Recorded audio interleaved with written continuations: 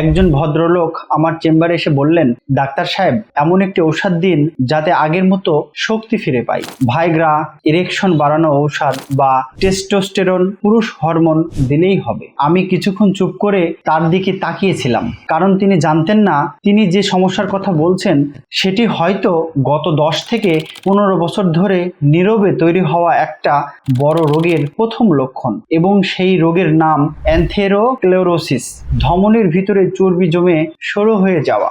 আজকের ভিডিওটি শেষ পর্যন্ত দেখুন, কারণ আজ হয়তো আপনি শুধু একটি যৌন সমস্যা সম্পর্কে নয়, নিজের হৃদপিণ্ডকেও বাঁচানোর একটি গুরুত্বপূর্ণ বিষয় জানতে পারবেন। আমি ডাক্তার মোহাম্মদ সজল রানা, সজল হোমিও ক্লিনিক থেকে আপনাদের সবাইকে স্বাগতম জানাচ্ছি। ইরেকটাইল ডিসফাংশন আসলে কি? যৌন মিলনের জন্য পর্যাপ্ত শক্তি বা ইরেকশন, পুরুষাঙ্গের উত্থান না হওয়া অথবা কিছুক্ষণ পরেই তা নরম হয়ে যাওয়া, এটি কোনো লজ্জার বিষয় নয়, বরং অনেক সময় এটি শরীরের একটি বিপদ সংকেত। রোগটি কিভাবে শুরু হয়? ভাবুন, আপনার শরীরের প্রতিটি ধমনী একটি পানির পাইপের মতো, যেখানে রক্ত অবিরাম প্রবাহিত হচ্ছে। এই রক্তের মাধ্যমেই অক্সিজেন এবং পুষ্টি প্রতিটি কোষে পৌঁছায়। কিন্তু বছরের পর বছর অস্বাস্থ্যকর খাদ্য অভ্যাস, ডায়াবেটিস, উচ্চ রক্তচাপ, ধূমপান, স্থূলতা এবং ব্যায়ামের অভাবে ধমনীর ভিতরে সূক্ষ্ম আবরণে ক্ষুদ্র ক্ষতি হতে থাকে। এরপর কি হয়? রক্তের এলডিএল কোলেস্টেরল, ক্ষতিকর কোলেস্টেরল হিসাবে আমরা জেনে থাকি, সেই ক্ষতস্থানে আটকে যায়। শরীর সেটি পরিষ্কার করতে শ্বেত রক্তকণিকা পাঠায়, কিন্তু উল্টো সেখানে প্রবাহ, ইনফ্লামেশন, ফুলে যাওয়া ও ক্ষত সৃষ্টি শুরু হয়। ধীরে ধীরে তৈরি হয় প্লাঙ্ক, ধমনীর ভিতরে জমে থাকা চর্বি, কোলেস্টেরল ও কোষের স্তর।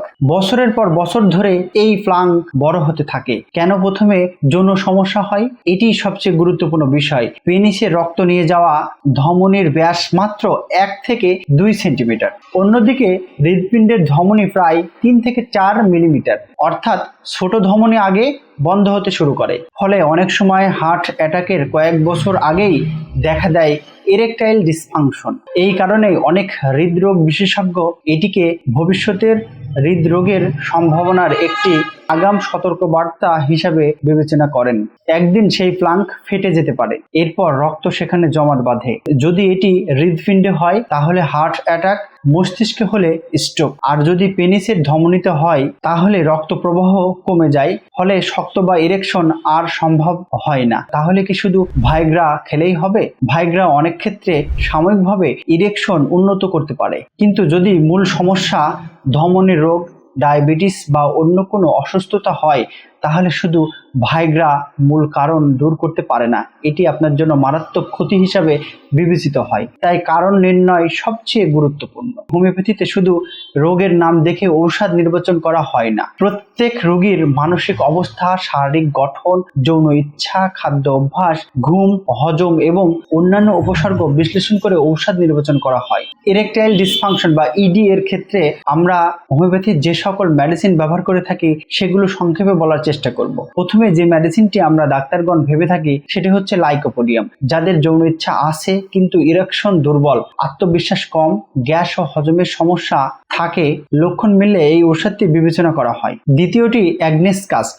যৌন ইচ্ছা এবং যৌন শক্তি দুটোই অনেক কমে গেলে রোগীর লক্ষণ অনুযায়ী ব্যবহার করা হতে পারে। তৃতীয়ত ক্যালাডিয়াম স্যাং।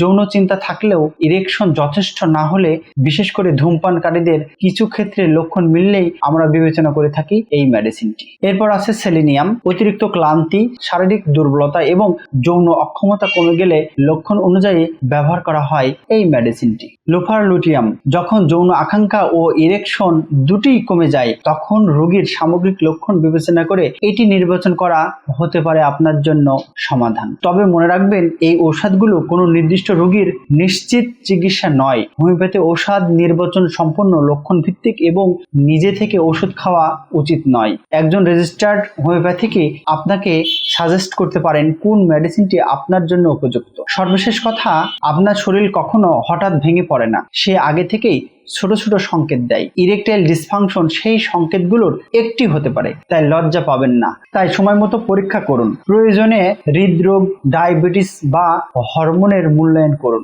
এবং সঠিক চিকিৎসকের পরামর্শ নিয়েই চিকিৎসা শুরু করুন। আমি ডাক্তার মোহাম্মদ সজল রানা। ভিডিওটি ভালো লাগলে লাইক, শেয়ার এবং সাবস্ক্রাইব করতে ভুলবেন না। ততদিন পর্যন্ত সুস্থ থাকুন, ভালো থাকুন। আবারও দেখা হচ্ছে নতুন কোনো ভিডিও নিয়ে, নতুন কোনো তথ্য নিয়ে। আসসালামু আলাইকুম।